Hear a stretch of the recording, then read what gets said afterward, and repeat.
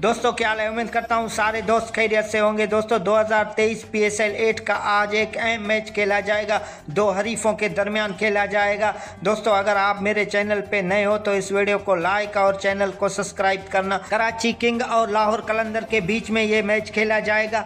Pakistani time के मुताबिक शाम 7 बजे कराची नेशनल स्टेडियम पे शुरू होगा, लेकिन कराची किंग के लिए इंतहाई अहम मैच है। कराची किंग को ये मैच टूर्नामेंट में रहना है तो इस मैच को लाजमी जीतना है। मोहम्मद आमिर से गुजारिश करते हैं कि दूसरों को तनकीद करने से पहले आप कराची किंग की तरफ ध्यान दें, क्योंकि आप कराची किंग टीम में खेल रहे हैं और कम से कम कराची किंग को एक तो जीत दिलवाएं और बातों से कुछ नहीं होगा, आपको ग्राउंड पे कारकर्दगी दिखाना पड़ेगा। और कराची किंग अभी तक तीनों मैच खेले हैं और तीनों में शिकस्त का सामना करना पड़ा। वसीम अकरम कराची किंग टीम से खासा परेशान दिखाई दे रहा है। और दोस्तों कमेंट बॉक्स में राय का इजहार करना कि आज का मैच कराची किंग जीतेगा या लाहौर कलंदर।